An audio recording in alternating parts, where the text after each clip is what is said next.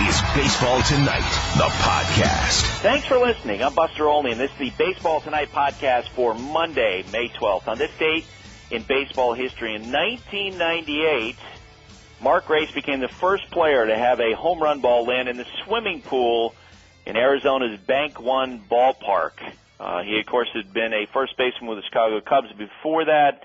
He went on to become a fan favorite with the Diamondbacks and helped them win the World Series in 2001. And you know the swimming pool because of all the conversation after the Dodgers beat the Diamondbacks last year and what the Dodgers reportedly did in the pool.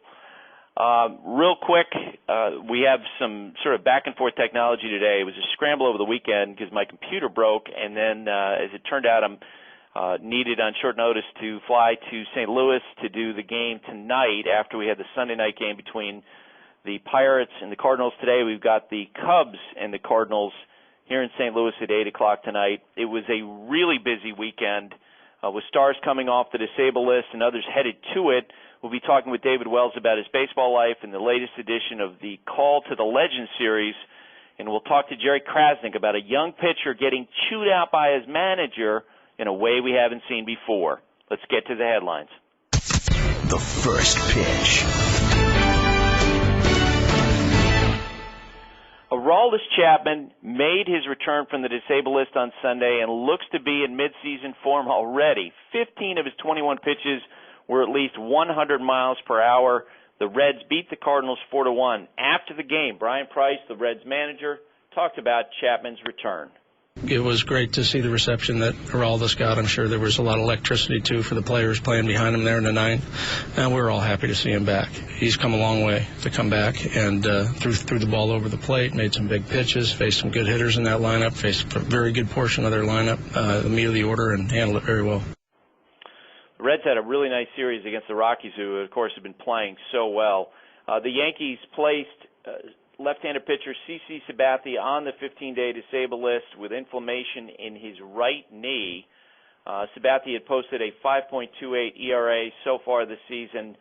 When he spoke to the reporters, he was very short in his answers, which you can understand given his level of frustration. He was asked about when he started feeling his knee pain. Just a couple starts. I tweak it, every now and again, but I felt it pretty much, the later half of the game and then all of the game yesterday, so I just had to say something. CC said that there was an MRI in the knee. They had an MRI today. It says no tear, so hopefully everything will be all right. He was asked about when he felt he was injured. It's tough. That's why, I didn't want to say anything, but I think I was doing more damage to the team than helping the team by trying to hide it. Now, he was asked about whether or not this was similar to an injury that he had with his knee in the past. Does it feel like the same thing you had out there today? Yeah. Does the same symptoms and everything? Yeah. So that's not going well for the Yankees. And also they have learned that Michael Pineda is going to be out longer than expected. He initially suffered a grade 1 strain of the teres major muscle on his right side. That means that Pineda's return would be at the beginning of June at the earliest. Remember, this is an injury very similar to what Clayton Kershaw had. He was out 6 weeks a couple of years ago. Andrew Cashner, the Padres, had a similar injury, and he wound up missing about 8 to 10 weeks. Giants first baseman Brandon Belt is going to have thumb surgery this week after being hit on the hand by Paul Maholm and breaking his thumb.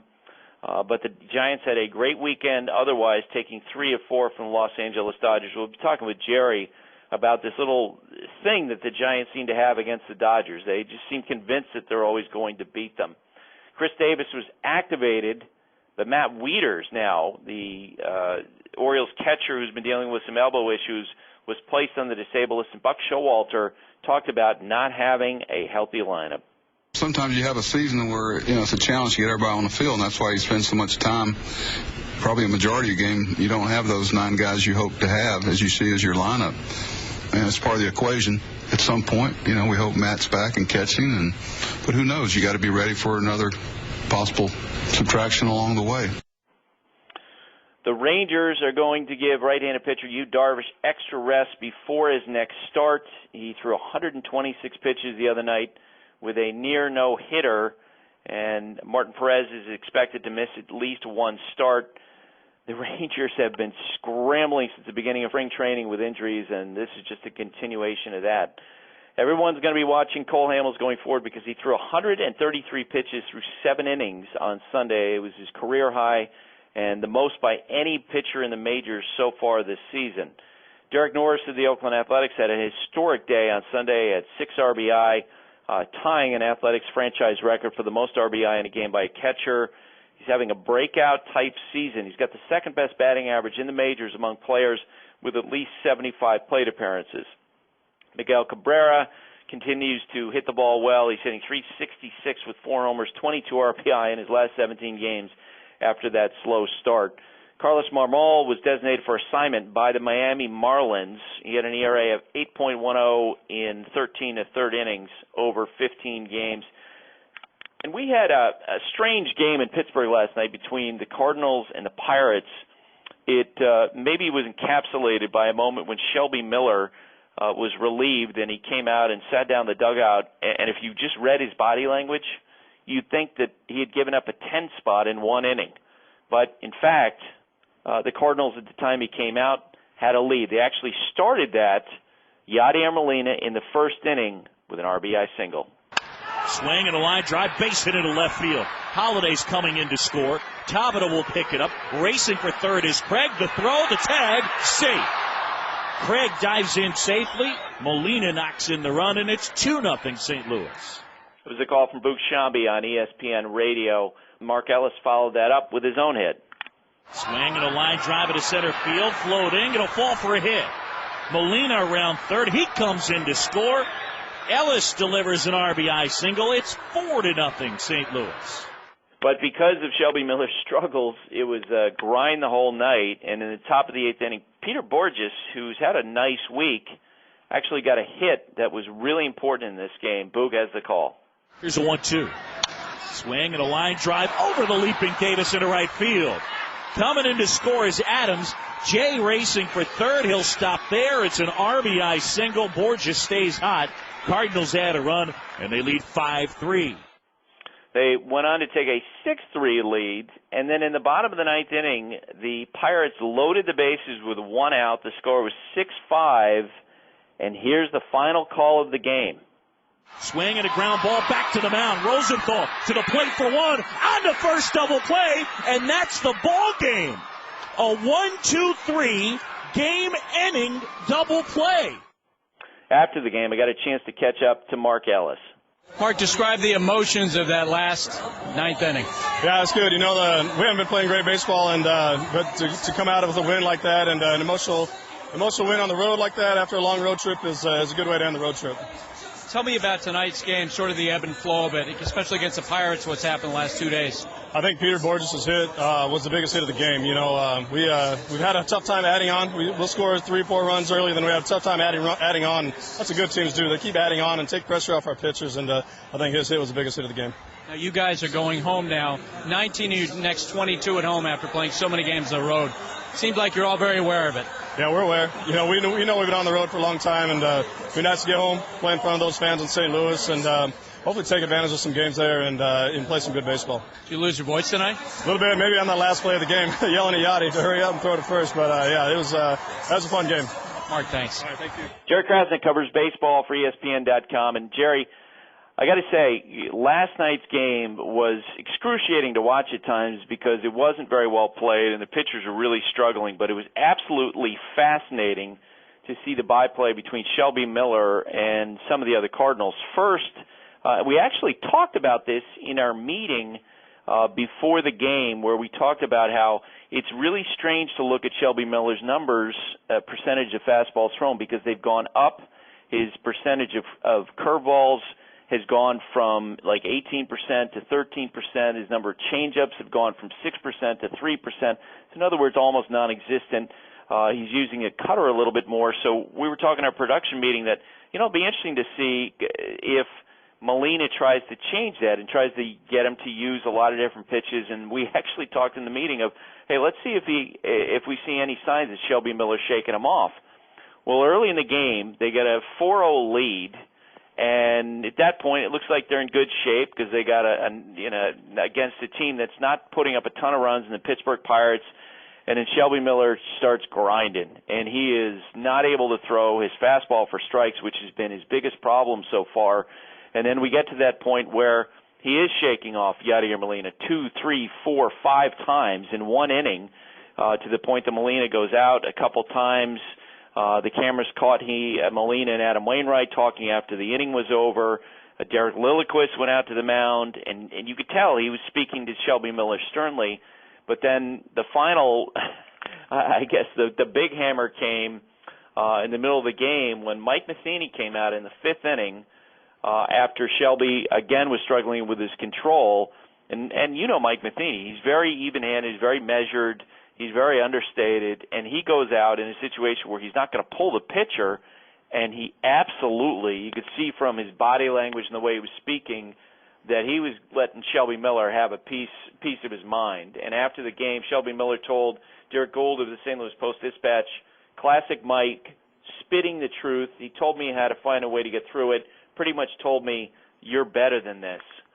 So it was a really interesting scene, and again, a couple things happened that I haven't seen before. A, Jerry, a pitcher shaking off Yadier Molina, and B, Mike Matheny really letting a pitcher have it on the mound. It's not something you'd see necessarily where screaming at him, but the way he sternly talked to him is maybe the way you talk to your child in church. Yeah, Buster, it's, I did a story recently, and I talked to a scout. I think it was when I did a MVP watch at the end of April, and there was a scout who told me, he said, basically with the list of best catchers, it's Yadier Molina number 1, and you can pretty much, start the rest of the list at 13. Yadi Molina and Salvador Perez is good, and everybody else is so far behind him. We've seen it, the way he can nurture guys through games and the way he controls things and frames pitches. So for a pitcher to be at odds with him is really telling. I think the other thing we have to flash back to is look at last year when Shelby Miller didn't pitch in the postseason.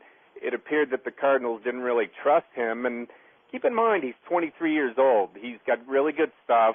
But these kids evolve at different rates. Some kids, get to the big leagues and are great right off the bat, but there aren't that many Jose Fernandezes or Felix Hernandezes. I mean, a lot of these kids have their ups and downs, and maybe they lose confidence in certain pitches, or they're stubborn, or a lot of things can happen. And, I still think he's going to be a good pitcher, but 33 strikeouts and 27 walks is not a recipe for success, and he might need a refresher course down in Memphis. He might need to pitch out of the spotlight with a little less pressure on him, and maybe that's the direction we're headed in. Yeah, and what he told the reporters after the game was that the reason why I was shaking off of Molina because he didn't have confidence that he could throw his other pitches for strikes. And so Molina was giving him a signal. He was shaking it off and going with what he wanted to go with because he thought that was his best chance to throw strikes, and he wasn't combative about it. He was just saying, no, this is what I need to do right now because of what I'm doing. And to your point about him possibly going to the minor leagues, remember, Jaime Garcia is now in his rehabilitation assignment. He's going to pitch this week.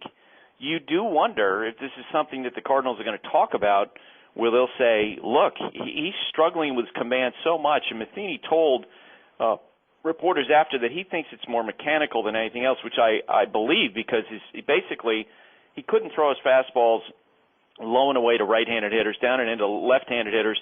He kept on throwing up and into right-handed hitters, and anybody who's watched baseball for any amount of time can tell you that usually means that the pitcher's flying open his delivery and and the fastball's getting away from him.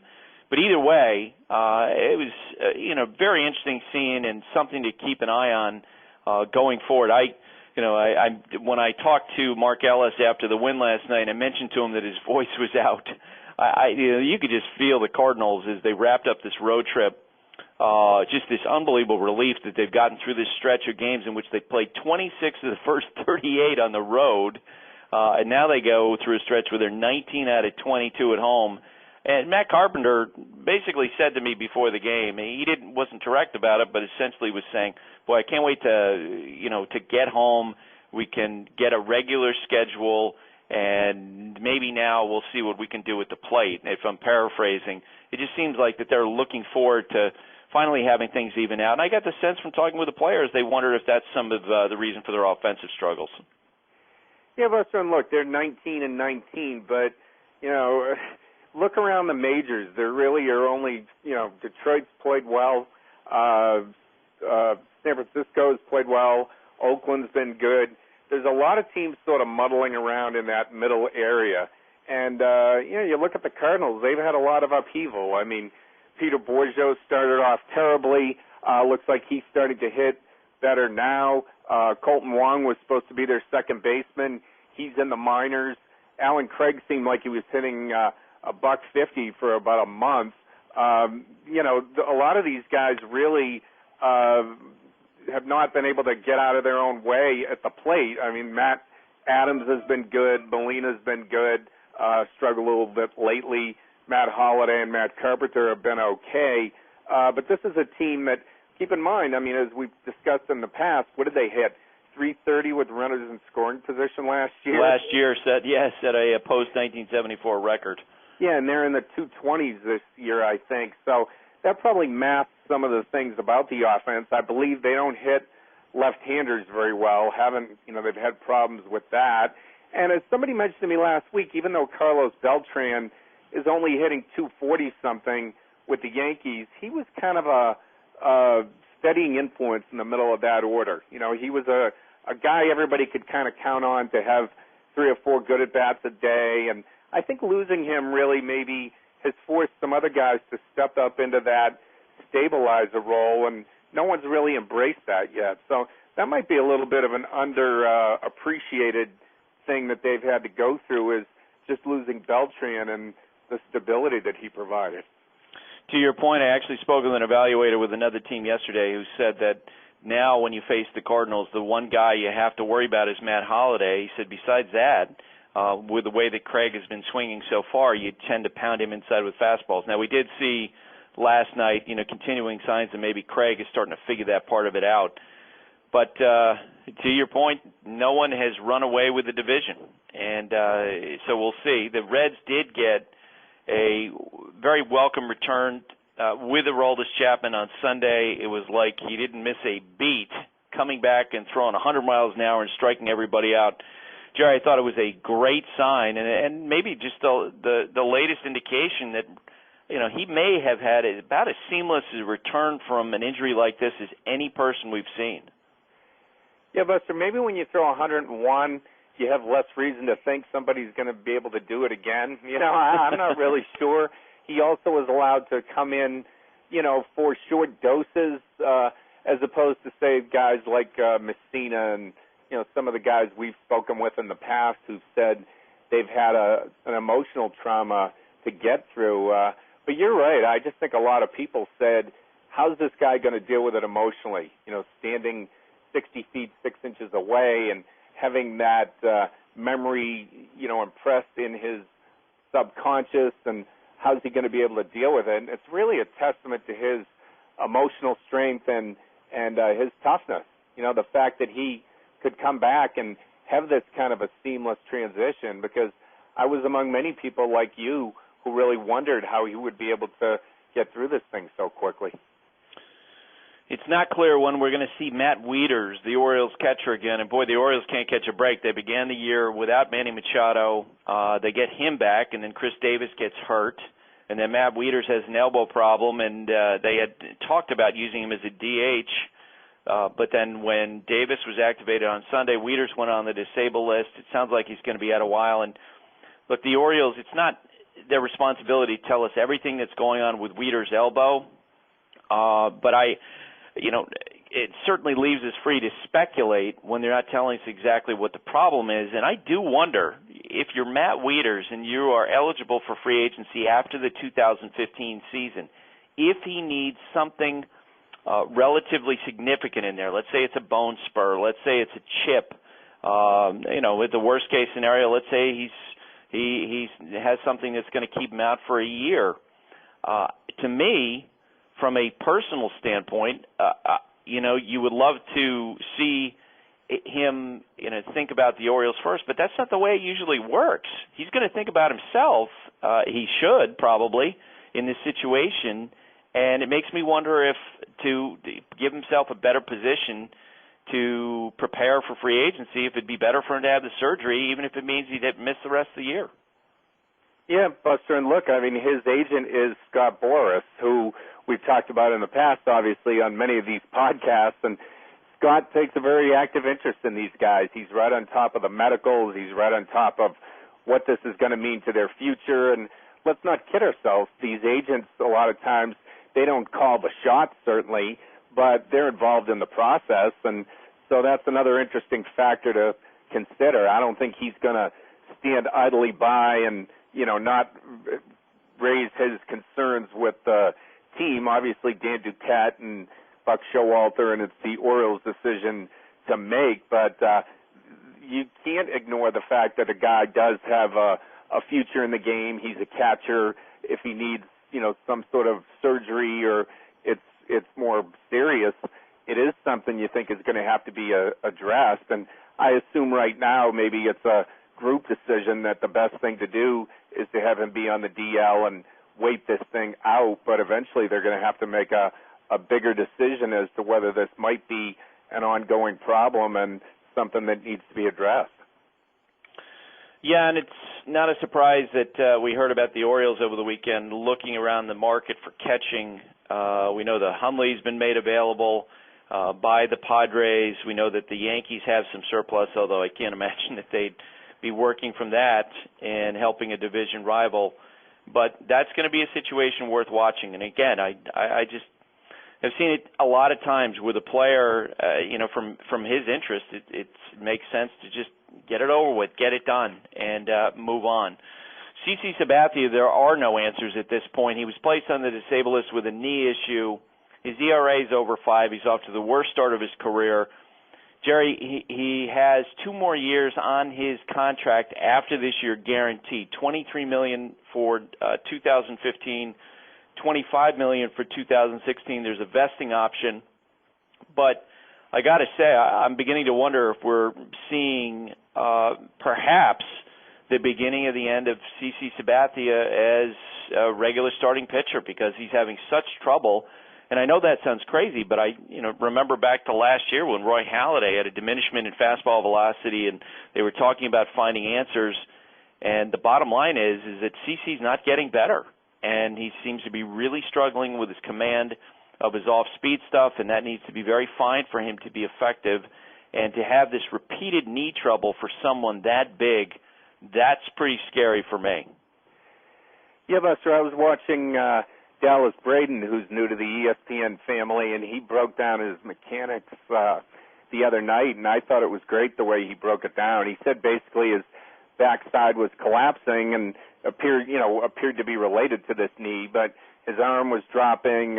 He wasn't getting on top of his pitches. And look, CC Sabathia has been an incredible, I hate to use this word warrior, but he's a guy who goes out there every 5th day, and even at this point, he's given them pretty good value for that contract, really, when you look at it. Now, keep in mind, as you said, there's quite a bit left on the contract, but it's tough to see because here's a guy who has been a gamer. He's been a great pitcher. He's been a Cy Young candidate every year. And, to think that at this stage, he has a lot of mileage on his arm. As you mentioned, he's a big guy, so that probably puts additional strain on it. And, I think at this point, if he could come back and be a number 3 starter for the Yankees with a mid to high 3 ERA and play out most of that contract, that's probably a best-case scenario, because I don't think that he doesn't really look like a number 1 guy anymore. I just think there's too much mileage and too many things have happened, and he just probably doesn't have that much left in the tank. Around 2010, 2011, when he had zoomed past 100 career victories at a relatively young age, and he was at that point one of the best pitchers in baseball. I remember asking him a couple times about 300 wins, and CC, to his credit, was always, no, I'm not even thinking about that. And I think part of that was, based on our conversations, was, look, you just never know what's going to happen. And, hopefully he figures it out. We've seen a lot of pitchers at an older age learn how to change speeds and become more effective. Jamie Moyer, of course, being the classic example of that. But this knee issue for a pitcher that big, that is not a small that's not a small thing for someone who needs really to be very good with his mechanics, as Dallas pointed out. I agree with you. I saw that the other night. He was excellent. Cole Hamels threw 133 pitches on Sunday, and Jerry, I was shocked. What about you? Well, he didn't really throw enough, I guess, because they had to bring in Antonio Bastardo to close it out. And, yeah, I was surprised by that, too. I was actually watching the game. The Phillies are my local team, and they were up 4-1, and I went out for a run and came back. And when I saw I was out for probably 45, 50 minutes, close to an hour. When I came back and saw that the game was still going on, I said, uh-oh, something didn't go well. But, yeah, 133 pitches is somewhat alarming, especially since we're talking about a guy who, remember, got off to a late start this year and did have some health issues in spring training. So, Ryan Sandberg knows what he's doing. You have to hope and assume, and all pitch counts aren't necessarily created equal. I mean, sometimes a guy puts more stress, with 115 pitches than 133. But given what Cole Hamels has been through, that seemed like a bit of a risk. And maybe it just shows that Ryan Sandberg has very little faith in his bullpen, and he's trying to push these guys as far as he can. And that could be a dangerous thing later in the season. Jerry, I also think it shows that Ryan is fearless, because I've had managers say to me privately, I'm sure you have too, about the whole thing with pitch counts. He said part of the big reason why they've become adopted and become commonplace is because everyone's worried about you guys, meaning the media, meaning that we talk about it, and so that if anything goes wrong, then there's always the discussion, well, did the team mishandle it? Did they injure the player? In other words, the Mark Pryor, Kerry Wood discussion. And the fact that, and Ryan Sandberg knows the history of Cole Hamels. He knows the arm issues he was having in spring training. And the fact that he allowed him to throw 133 pitches, I think tells you he's like, you know what, this is the decision I'm making. And if we have to answer for it, then so be it. I will say, I mean, it's now set up for a second guesser's delight, because if he has any kind of a fall off, he has any sort of a physical problem in the weeks ahead, that's all anybody's going to be talking about, as they do with Mark Pryor, even though Mark Pryor's big problem was probably being the collision that he had between first and second base. Before you go, I want to ask you real quick about the Giants. I thought they had an unbelievable weekend against the Dodgers, but it just seems to be in keeping with a confidence that they have against that team. It's hard to explain, but it's like they're absolutely certain they're going to find a way to beat the Dodgers. Yeah, Buster, I mean, the Giants are just one of those teams that you look at, and there's something about them. It's continuity, it's a confidence, it's a team atmosphere. It's whoever they plug in there is going to do something. It's Brandon Hicks, or, I look at Brandon Crawford and I say, this guy has quietly turned into a terrific player. I mean, he's a great defender, and all of a sudden Pablo Sandoval has a good day, and they just seem to have a confidence that they're going to win. And you almost get the feeling when you look at the Dodgers, like they're still sort of a collection of individuals, and I know sometimes you don't always give credit to the team concept in baseball, but that continuity and that team concept seems to be able to get the Giants through some really bad times. And this is a team that came in this year very determined after the disappointment of last season, and so far, they've been played very well, and they have to be very enthused about the way their season is going. Hey, Jerry, thanks for doing this. Thanks, Buster. I got a chance to chat up David Wells last week and tape an interview with him, which is why you're going to have a difference in the sound of it. I'm doing the podcast today on phone, and we tape that one in the way that we regularly do. David Wells was someone I covered on two different teams, the Orioles and the Yankees. And in the midst of the interview, I had a total brain lock on the circumstances of one of two perfect games that I got a chance to cover. Have a listen. It's time to make the call. call to the legend on Baseball Tonight. David Wells won 239 games in the big leagues, pitched 3,439 innings. He had a record of 10-5 with a 3.17 ERA in the postseason. And Boomer, about 10 days ago, I'm doing an interview with Masahiro Tanaka, and I got to say it was one of the worst interviews that I ever did in my life. He essentially, that's not right. Well, it was. It was he. You know what? He was busy, and you could tell it was one of those moments when it was a Saturday morning. He wasn't necessarily that invested. But the one question that got him going when I asked him, "Hey, who was the coolest guy you got to meet since you came to the United States?" and he says, "David Wells." What's that about? Nothing. We just, in spring training, I met him. I wanted to see the Yankees' new product and, this phenom from Japan. And so I went over there and actually George Rose was in there, and he brought me over there and introduced me to him and to Hideki's, into Masaro's interpreter as well. And so I got to meet him a little bit, and just, it wasn't a nervous moment, but, the guy's a big dude. He's impressive, and, what do you say? Well, but welcome to the Yankees and good luck and all that. But as spring training went on, I started to get, a little more comfortable around him and his interpreter. And, I said I always ask his interpreter, some words and all that to say to him and all that. And it just kind of expanded from there. And we had a great, we went golfing one day, and this guy can hit a golf ball buster like no other. But he hits a straight slider when he hits it. Come on. Variety, and oh my God! But he hits a 5-iron like 240. It's unbelievable how far he can hit a 5-iron. And but he was playing up from the like the blues or whatever, the white tee boxes, and we were playing back at the tips, and I mean he's crushing them. He's hitting them through the fairway, and I started jumping on him, the baseball lingo. And I just started ripping on him a little bit, and he started laughing, and his interpreter was just crying, because he was laughing so hard. So we built a relationship there, just joking around and all that. And then but watching his bullpens, his demeanor, how he works out, and I was really complimenting him on what he's doing, because it's tough for these guys to come over here and play after, being a teammate with Hideki Arabu. And, and being hard on him and just seeing what it was like. And, it really changed my eyes for Japanese players coming over here because, the fact that, it's a different culture. They have to learn our ways. And so, but we became friends right there after a couple of weeks of spring training.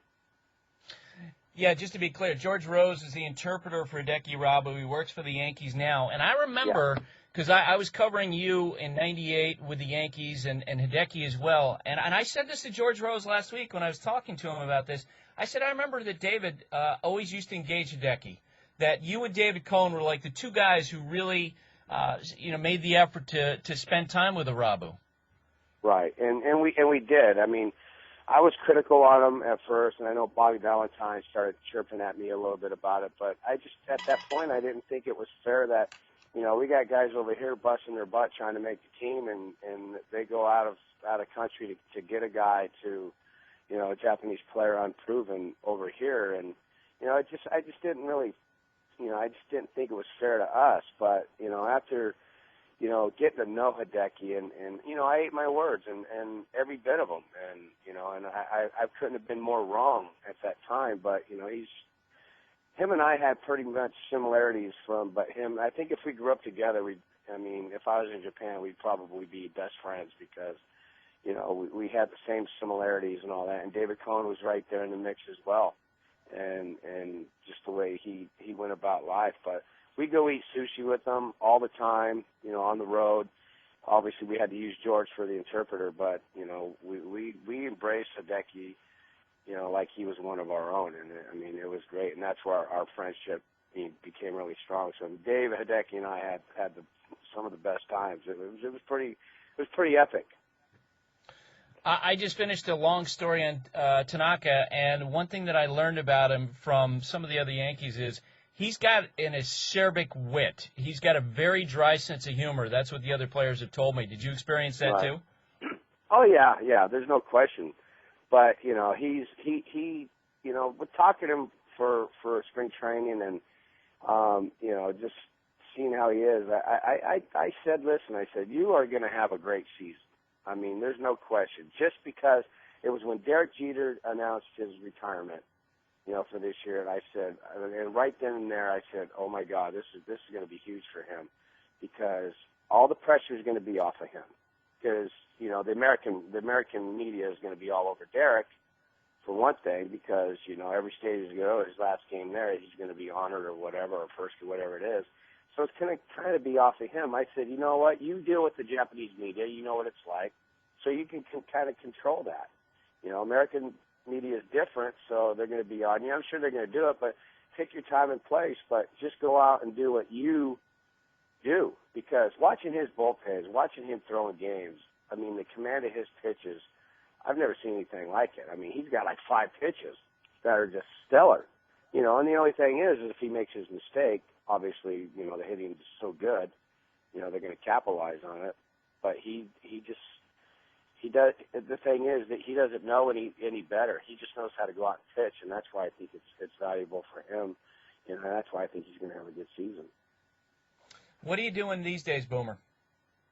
I am coaching high school here at Point Loma High School, my alma mater, the Point Loma Pointers, and when I get them ready before I come to spring training every year. I'm there for about a month and a half, getting throwing program and getting these guys ready, throwing their bullpens, and then I obviously I see you in spring training in Tampa, and then when that's done, I come back here and our games have already started, so I get them going and just try to balance these kids out, try to get them to the next level, whether it be college or professionally. I just want to try to teach them proper mechanics, proper balance, and just try to find that arm slot. And it's tough in high school because a lot of kids drift and do that, and your patience kind of wear out because you're so used to being at a high level, and kids get it. It's just a couple major simple adjustments, and it's kind of like major adjustments for these guys because they haven't had the experience or the coaching that we've had for years. Mel Stoudemire was unbelievable on picking up things. And just say, hey, listen, you're doing this and doing that.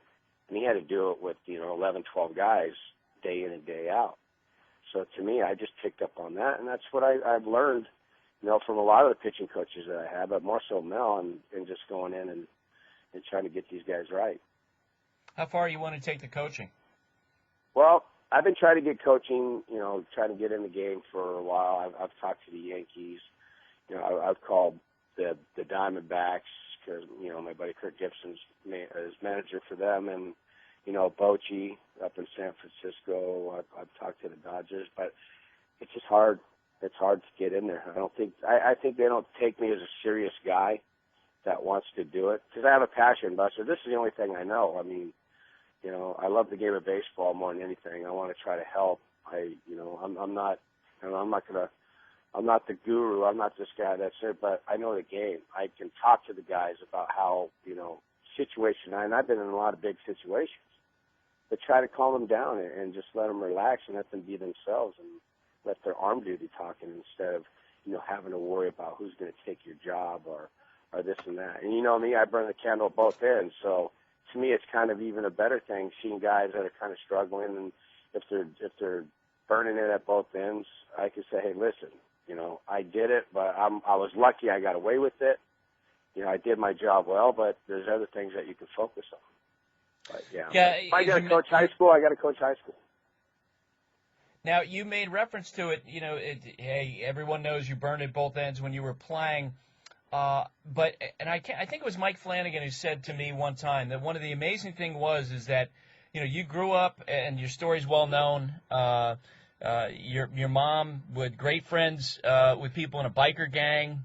And Mike Flanagan said to me, it was amazing given your background that you may have had the most flawless mechanics of any pitcher in the American League, essentially won your whole career without an arm injury. How do you think, looking back on it, how do you think that happened? Just by having guys like Mike Flanagan, you know, a great teammate, great human being, you know, to be there to compliment you, and you know, but just having the will to go out there and take the job serious. You know, I worked hard on my mechanics. I remember in the minor leagues, just going through, you know, arm problems, had Tommy John, you know, torn labrum, cuff, all that stuff, but getting back to my, you know, mechanics. And Larry Hardy, one of our minor league coaches at the time, worked with me a lot, and he handed me a videotape years ago, whatever those were, the Betamax or whatever. That's we're dating us a little bit, but a thing on Steve Carlton, and I studied that, and I just watched his mechanics because Gator was my all-time favorite. Ron Guidry. I idolized Ron Guidry, yes, but Steve Carlton was right there with him too, but just to have the mechanics, you can't emulate Gators. His mechanics were, he was just wind and go, but you know, I was more sit back on the leg like Steve Carlton and doing that. So I kind of did that and just worked on my mechanics. I would work on them in the hotel room in front of the mirror, just try to stay balanced and close, and it just came natural, and I did it, and I worked with it, and that was, you know, I think that's what kept me longevity for 21 years in the big leagues, is by having really good mechanics and always finding that arm slot, you know, to repeat my mechanics. And I would always tell friends, too, that the great underrated part about you was what a phenomenal athlete you were. And I remember talking to Flanny and other guys, and they would tell me stories about pickup games with the Blue Jays. I guess Todd Stoudemire was another guy. But they say you could fill it up from 20 feet. And I always say, too, watch when you would run, I'd say there's always that bounce in your step. Tell me about you as a basketball player. That was my first love. I mean, I played every sport, from lacrosse, you know, soccer. Benny football, Eads, you know. I remember talking with him about you being a linebacker at Point Loma? No, I wanted to be wide receiver, but you know, because I could pretty much low fly back in the day. I could cut and do all that, but they wanted me to be a quarterback, and I'm like, no. Then they tried me at tight end. You know, so I was kind of a lineman, but I just, you know, I didn't want none of that. I just wanted to run, because I loved to run back then, and I had good hands. So it didn't work out. So I ended up quitting, and I ended up playing basketball constantly, every day, probably 5 to 7 hours a day of basketball. That was conditioning in the off season and all that. And actually, at one point, I thought I was a better basketball player than I was baseball, because you know, I could dunk with ease, you know. I could dish the ball with you know, like Magic Johnson. I just always look down the floor, and I'll always find the open man, and I love to do the assist, so I did that. But you know, the pickup games were even better. We would play down there in Countryside, the basketball courts behind the Ramada Inn Hotel there, and we'd play for hours. And guys are going, dang, this guy can play a little bit, but you know, I put my heart into it like I did anything else that I played. Well, and I heard this story from those guys that, you know, this is years ago I heard this, so maybe I'm wrong, but I heard Stoudemire was intense and that you were pretty laid back, but if you got your back up, then it would be a problem, and that's when you would really start to fill it up. What's true? Yeah. No, it's true. I mean, I've always been laid back. I mean, I guess I get that label from everybody on the East Coast, say West Coast is so laid back, but you know, you just do. I mean, when I speak, you know, I speak, but to me, I'd rather just, you know, when you're out on the court, when you're in competition, you know, you try to find a niche, you try to find what works for you, and to me, it was, you know, just being laid back, just, you know, going with the flow, but.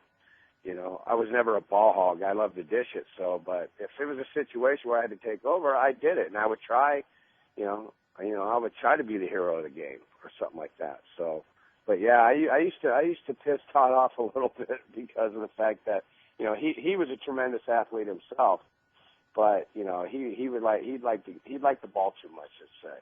So I'd have to take it away from him a little bit. Now, I always tell journalism classes this story. When I was at the Baltimore Sun, they asked me about some of the favorite interviews I did, and that's when I first got to cover you in '96 with the Baltimore Orioles. And I remember doing this interview with you, and we were talking about your past. And I looked at you, I said, hey, what was the craziest thing you ever did? And you kind of looked up in the air, and you're thinking about it, and you paused. You goes, well, I blew up a car once. Now, tell me that story. No, we were just stupid little kids, and we used to, like, abandon cars and all that. So we would... and you made that very clear. I remember you being very careful, saying it was in an empty lot, and this car hadn't moved in weeks, and no one was in jeopardy. So it was empty, so we siphoned gas out of other cars, and we just said it was kind of cool to blow something up, and it wasn't one of those like you see on TV where it's like, but I mean, the thing blew pretty good, and the fire, we took off. You can hear the fire department, coming, but it was in a safe place, but it was a stupid thing to do, and we were just punk kids just running the streets of Ocean Beach where we grew up, and we had to find something to do. I mean, sometimes you get bored and you just try to do something, but yeah, we did a bunch of stupid stuff that all kids do, but we were kind of controlled, I guess. We weren't out of control. But once we got caught, we knew we were going to get our butts handed to us. Now, we're coming up on the 16th anniversary of your perfect game, and I was lucky enough. I was at the New York Times and got to cover you for that game. In fact, on my office here, my wife framed for me the front page of the Times the next day. Tell me what that means to you now, 16 years later. I mean, it means the world. I did a thing in spring training on the perfect game. Jorge Posada and I did, and then but they also did. I was last year for the perfect game piece that was on ESPN, and it was. I was really hesitant to do it because I didn't want to do anything with ESPN. Cause I just, I've had my battles with you guys, and it's just like, to me, it was, I was just no, and people kept telling me, do it, this is going to be a great piece. I forgot the guy's name who did it, and he did a great job on it, and I'm glad I ended up doing it. But, Kenny Rogers declined to do it. I think Sandy Koufax declined to do it, but the rest of us, it was a really special piece, and to me, to have that out there, especially for all of us, just not just me, but, to be part of history, it's pretty cool. And I've never watched it from that day. I've never sat down and watched the whole game ever. You're kidding. No, never have. And just some bits. Oh, you got to do that. Well, I eventually I will, but when we were doing the piece, I was like, there's parts I didn't remember, and I'm like, oh, my God, that's right, that's what happened. So I should have to watch so I can remember every second of that game. But to me, it puts you on the map, Buster. It really does. And the good thing about doing it in New York, the Yankee fans, they just embrace you. They never forget. And and to me, it's like your ticket. It's like a lifetime ticket to their hearts, and they're always going to embrace you on it. And it's a pretty good feeling. Even 16 years later, people still talk about it, and it's pretty cool. Yeah, I remember watching that game, and the cameras, I can't even remember which network was doing it at the time, but they caught you and David Cohn talking in the middle of in the dugout, and David talked after that game about how you were just dying to talk to somebody, and of course they have the superstition that you're not supposed to talk to a pitcher with a no-hitter in progress, and everybody was running from you during the course of that game. How much of that conversation do you remember now, 16 years later? Can you relate some of that? Well, I do remember that one very well because he blew my mind. He was not talking with me. He was like getting on me. He was calling me names. He was, the cat name, what you would call a cat. But he told me to throw a knuckleball. He goes, you show me nothing if you don't go out there and throw a knuckleball. And I'm like, what are you talking about, dude? I go, I don't throw a knuckleball. And he goes, well, throw one. Show me something. You know what? And I'm just like, what is he doing? But then I realized what he was doing. He was just getting my mind off it because it was later on in the game, and I knew he was just trying to calm me down because I was chomping at the bit. Believe it or not, I was chomping at the bit, and he was just trying to mellow me out, just trying to relax me, and it was kind of funny. And I get up on the mound, and I look over there, and he's kind of hunched down with his cap over. He's got his glasses on. He's like ducking underneath his jacket. I just like, what the hell is this guy doing in the dugout? I mean, it was kind of comical for me, but obviously when you're in a perfect game situation, it's kind of intense. And then when I came out after the inning, he's chirping at me again. He says, "You show me nothing. You didn't throw it, man. You show me nothing." And I'm just like, oh my God, this is great. But he's a nut. You know him just as good as I do. He's a nut. Now, on the last out, of course, it was a fly ball to Paul O'Neill, and there's a great picture. It was on the front page of the New York Times the next day where you jump up, and I think you're 12 or 15 feet off the ground when O'Neill catches that ball. But one of my favorite stories about that is we were talking to O'Neill afterward, who had played in Cincinnati with Tom Browning when he threw his perfect game, and we're talking to O'Neill, and we're saying, yeah, it's amazing. He got another perfect game, and he looked at us. He didn't know it was a perfect game. He knew it was a no-hitter, but he didn't realize it was a perfect game. Had you ever heard that? No, I never did. I never did. I mean, you saw his reaction, how he was fist pumping as well, and I thought the ball was foul. To be honest with you, when Pat Mears hit it, I looked. No down kidding. And I thought it was a foul ball, and I look. I'm like, I see Paul running, and all of a sudden he's camping under. I'm like, are you kidding me? This ball's going to get caught? And then it was like, wow.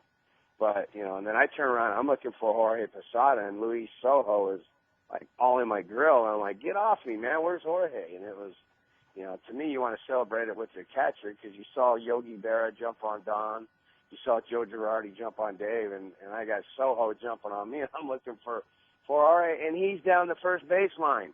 He's way the hell down there, and I'm like, what the heck?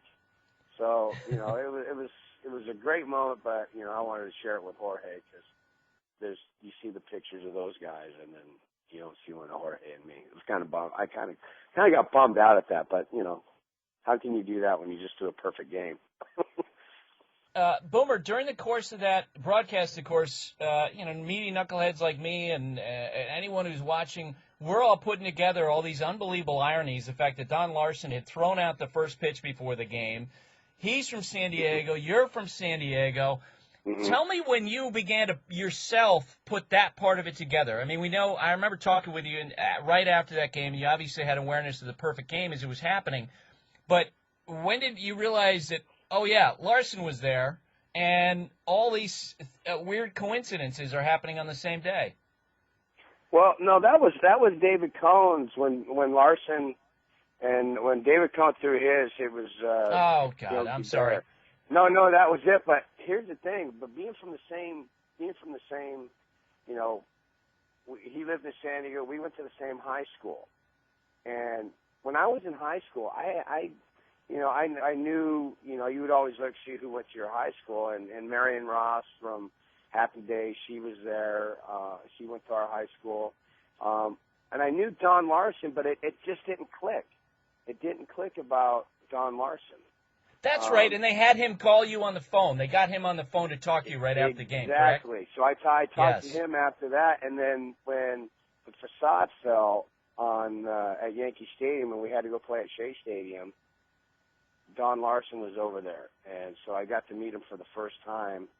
And to me, it was like, it was one of the coolest moments sitting in the dugout with Don Larson and not, and here's a guy who threw a perfect game in the World Series, and then me, we're going to the same high school. So he's like, first thing he says is, "Welcome to the club, young man." And I'm just like, well, thank you. Kind of threw me off a little bit, but you don't know what to say. But it was pretty neat, and now Don and I, we chirp all the time. You can't. We've done so many things together and all that. But to me, again, when you said that, when Don, I wish it would have been the day that I pitched it because it would have been more fitting.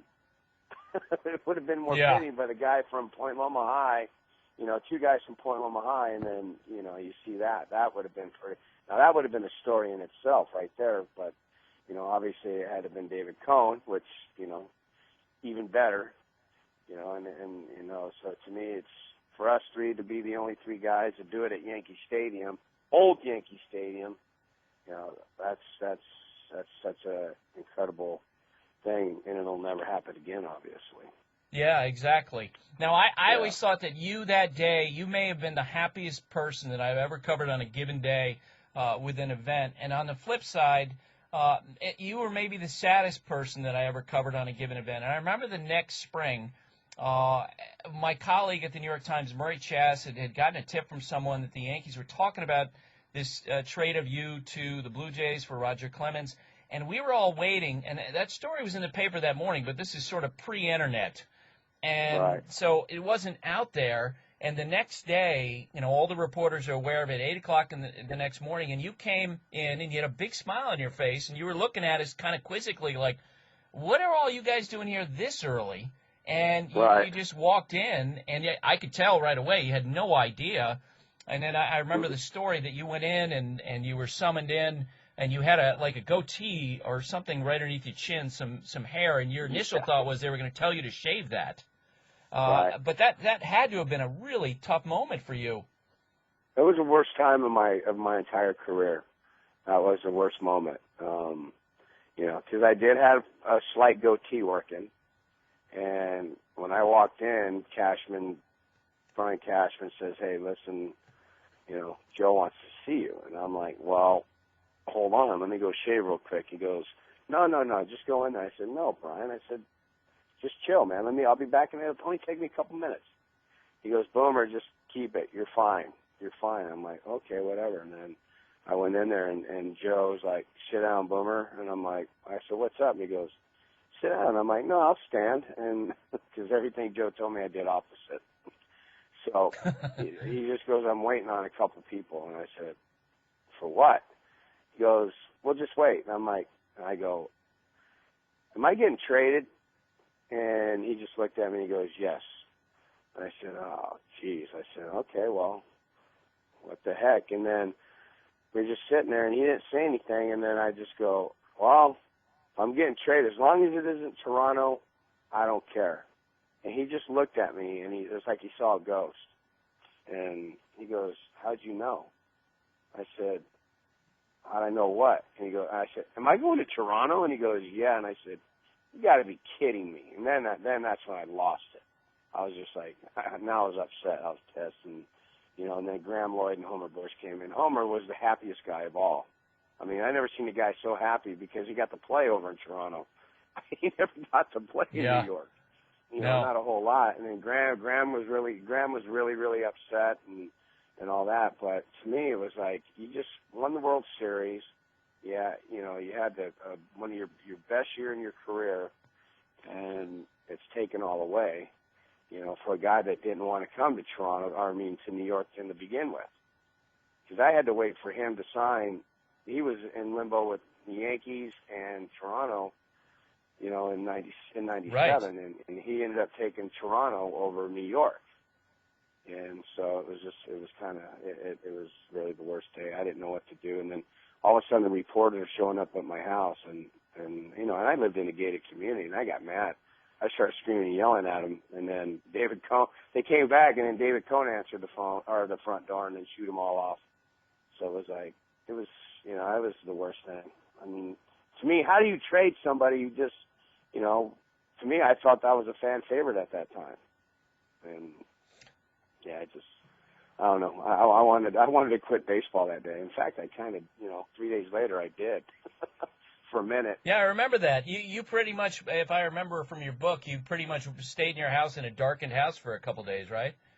Yeah, well, I left. I went down to Miami. I went down and golfed at Doral. I said, I'm going to take 3 days off. And, I'm going to take my 3 days. So I went down to Miami with a couple buddies, and we just went down there and golfed at Doral and, all that. And then I came back, and then I told Gordash I'm going to quit. He goes, you can't quit. We just traded for you. I said, well, then give me an extension.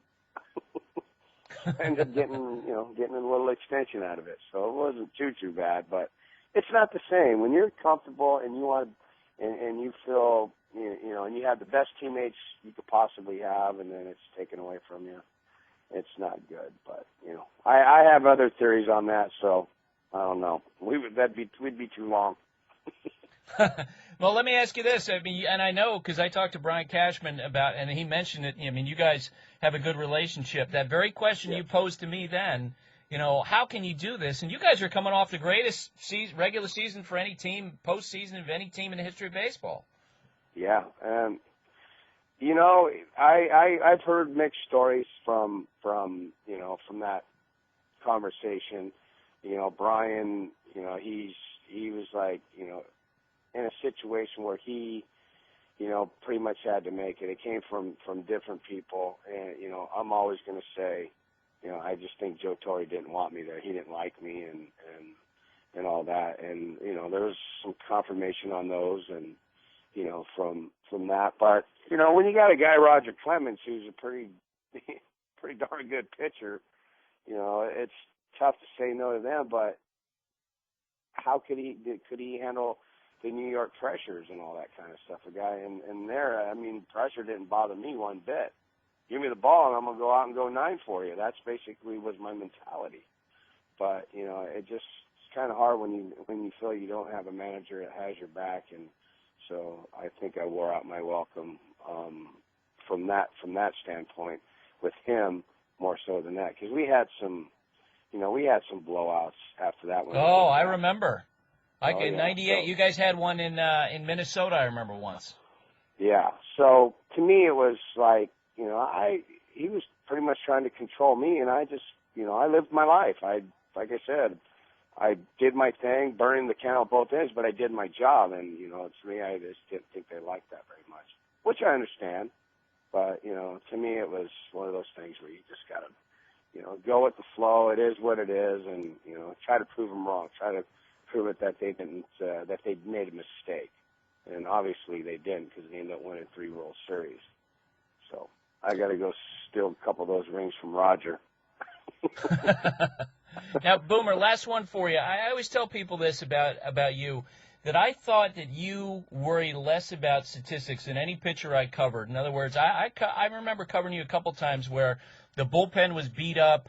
You might have been tired, having thrown a lot of pitches, but your attitude was, hey, I'll suck up a couple innings if you guys need that.